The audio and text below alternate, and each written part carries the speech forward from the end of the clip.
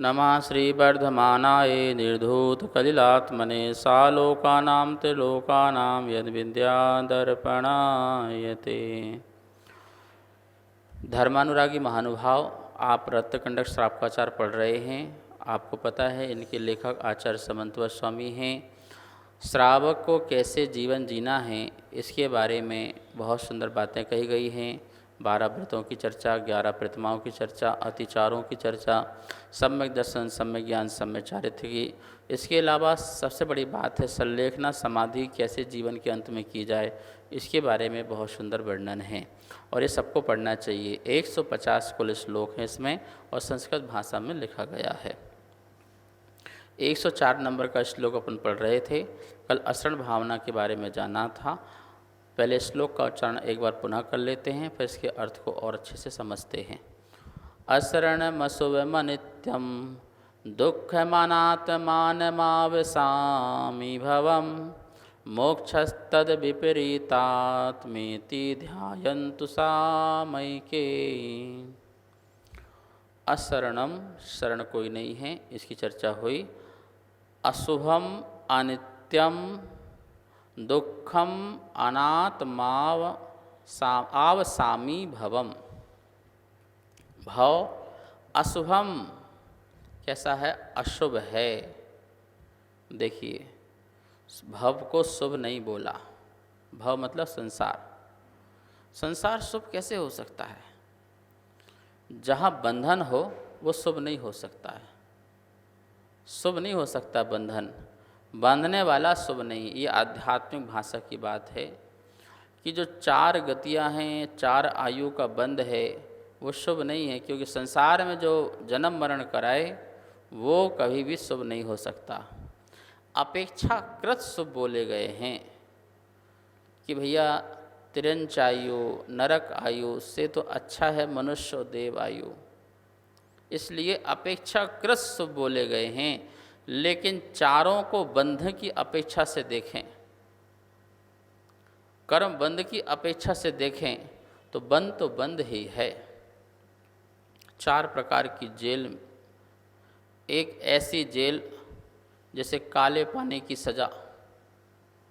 एक समुद्र है और उस समुद्र के अंदर जेल बनी हुई है, जहाँ कोई नाव आदि नहीं जा सकती, ना तुम वहाँ पर कूद करके पार करके समुद्र पार कर पाओगे, बीच में ही समाप्त हो जाओगे, पार ही नहीं कर पाओगे। वहाँ कोई ताला नहीं है। ऐसी ही जेल है, वो पहाड़ है, दीवार बनी हुई है, आप घूमते फिरते रहो, आपको भोजन मिलेगा। तो वो समझ लो नारकी जेल है, ठीक है ना। और एक जेल ऐसी है जहाँ तुमको बंद करके रखा जाता है। एक जेल ऐसी है जहाँ थोड़ी सुरक्षा मिल जाती है, और एक जेल ऐसी है जहाँ और वीआईपी सुरक्षा मिल जाती है। तो ये चारों गतियाँ जेल हैं। अब बताइए, जेल तो जेल ही है ना। अब वहाँ हो चाहे वहाँ हो, बस इतना अंतर पड़ सकता है।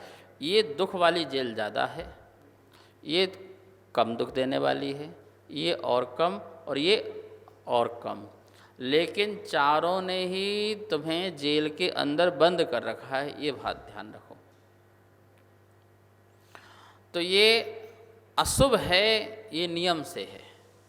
चाहे वो ज्ञानावर्णी कर्म हो, चाहे दशनावर्णी हो, चाहे मोहिनी हो।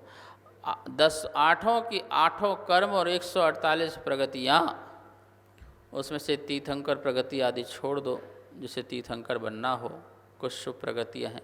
लेकिन यहाँ शुभ अशुभ की तो बात ही नहीं कह रहे। जो भव है वो बंद है। भव आयु को बोलते हैं। किसको बोलते हैं?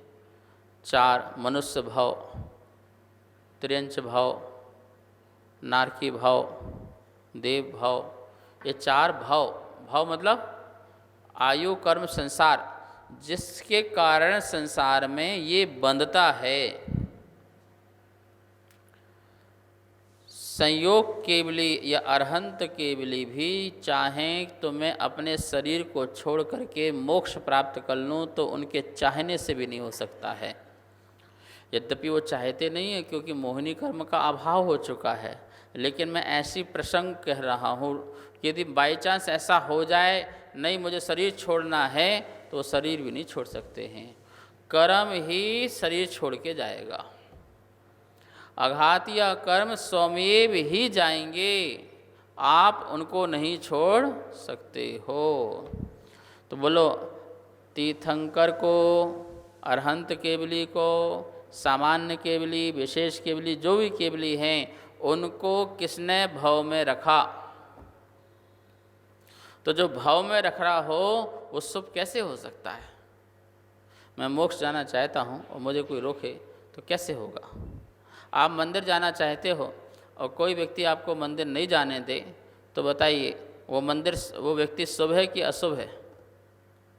ऐसे ही मैं मोक्ष जाना चाहता हूँ और भाव आयु मुझे ना जाने दे तो बताइए वो आयु शुभ है कि अशुभ है? वैसे अपेक्षाकृत कहेंगे मनुष्य आयु शुभ है, देव आयु शुभ है, तिरंच आयु भी शुभ है, सिर्फ एक आयु जो है नरक आयु वो अशुभ है। 4 आयु में से 3 आयुओं को शुभ बोला है और नरक आयु को अशुभ बोला है। क्यों? क्योंकि 3 जो आयु हैं उन 3 आयुओं से व्यक्ति जाना नहीं चाहता, उसी में रहना चाहता है।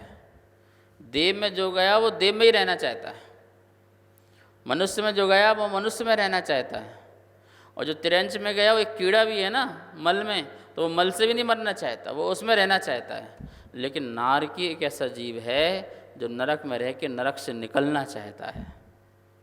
कितनी अशुभ होगी सोचो, कितनी अशुभ होगी कि वो उससे निकलना चाहता है। लेकिन यहाँ पे सामायिक काल में चिंतन करना, भैया चाहे नरक हो, चाहे देव हो, चाहे मनुष्य हो, चारों ही अशुभ हैं, क्योंकि बंध अशुभ होता है। ये बंध, कर्म का बंध जो हो रहा है वो अशुभ है। जो मुझे संसार में रोके, एक पल एक क्षण भी कोई कर्म मुझे संसार में रोकता है तो वो अशुभ है, चले वो शुभ प्रगति ही क्यों ना हो। आपको देव पर्याय में साता वेदनी कर्म का उदय चल रहा है तो साता वेदनी कर्म ने तुमको वहां पर रोका कि नहीं रोका? क्या रोका महाराज जी? इतने आयु तक तुम्हारा अकाल मरण नहीं होगा, यहीं रहोगे, तुम चाहे कर भी मुनि नहीं बन पाओगे, तुम चाहे के भी संयमी नहीं बन पाओगे, तुम चाहे के भी अपनी देव आयु को समाप्त नहीं कर पाओगे। बोलो सजा है कि नहीं है? ये कर्म की सजा है। ऐसा चिंतन करो, ऐसा विचार करो सामायिक के काल में कि मुझे कर्मों से कोई लगाव नहीं है। महाराज जी हम अशुभ तो छोड़ें, शुभ करें कि नहीं करें? शुभ करते हुए भी शुभ की चाह नहीं हो। मंदिर जाते हुए भी मंदिर में अनंत काल जाऊं ऐसी चाह ना हो। हे प्रभु शीघ्रता से मुक्ति की प्राप्ति हो। मुनि बनते हुए भी मैं अनंत काल मुनि बनूं ऐसी चाहे नहीं, इसी भाव से मुनि अवस्था से मोक्ष हो जाए, बस इतनी ही भाव है। ठीक है? तो ये बात है कि हर चीज़ संसार में जब तक कर्म का एक भी हमारी सत्ता में है, आपका वो भाव शुभ नहीं है, अशुभ है, ऐसी मान्यता में लेकर के आओ। और यहाँ पर सिर्फ आपको आत्मा की शुद्धता की बात कही जा रही है, इसलिए सब कुछ अशुभ बोला जा रहा है। इस अशुभ का चिंतन करो। शरीर अशुभ है, इसका चिंतन करो। मल मूत्र का पिटारा है, भरा हुआ है, ये अशुभ है, शुभ कैसे हो सकता है? कुछ भी शुभ नहीं है, ये बात मान करके चलना। ऐसा अशुभ का चिंतन करें कि भाव जो है वो अशुभ है। जब भाव अशुभ हो जाएगा तो आपको भाव की चिंता होगी क्या? महाराज जी बड़ी चिंता है। बोले क्या चिंता है? देव पर्याय मिलेगी कि नहीं मिलेगी? हम नरक नहीं जाना चाहते हैं, हमें आपने 6 डाला में ऐसा पढ़ा दिया, ऐसा पढ़ा दिया कि दुख क्या है, हम पढ़ के डर गए। क्या डर गए? बहुत दुख है, बहुत दुख है। और देवों का सुख पढ़ करके ऐसे ललचा गए हैं कि बस अब बताओ कैसे मिलेगा, ये बताओ बस। तो हमने सुना है कि मंदिर जाओगे तो देव पर्याय मिलेगी, अभिषेक पूजा पाठ करोगे तो देव पर्याय मिलेगी, तो हम तो गुरुजी तभी से नियम ले लिया हमने। क्या नियम ले लिया? अब तो हमें दिन रात 24 घंटे कहाँ जाना है? मंदिर जाना है, क्योंकि हम नरक जाना नहीं चाहते। ओहो, तुम इसलिए मंदिर जा रहे हो, इसलिए पूजा पाठ कर रहे हो। अरे मोक्ष की सोचते तो अच्छी बात होती। तुम भाव में जाना चाहते हो, एक भाव की मतलब ये तो बात यही हुई कि खाई से निकले और कुएं में चले गए। बड़ी खाई से निकल गए और देव के कुएं में चले गए, और देव के कुएं से निकले तो कोई गड्ढे में चले गए। तो भैया तो तुम हो तो गड्ढे में, हो तो खाई में, हो तो गहराई में, अंधेरे में। ऐसे नहीं, ऐसे चिंतन करते हुए हमें कोई गति नहीं चाहिए, हमें हर गति का क्षय करना है। हम तो नाम कर्म ही नष्ट करना चाहते हैं। नाम कर्म का पहला ही नाम गति नाम है, और पहला जो गति नाम है उस गति नाम को हम नष्ट करना चाहते हैं। कितने लोग हैं जो मनुष्य गति नष्ट करना चाहते हैं? तिरंज गति, देव गति, नरक गति। महाराज हम सब है।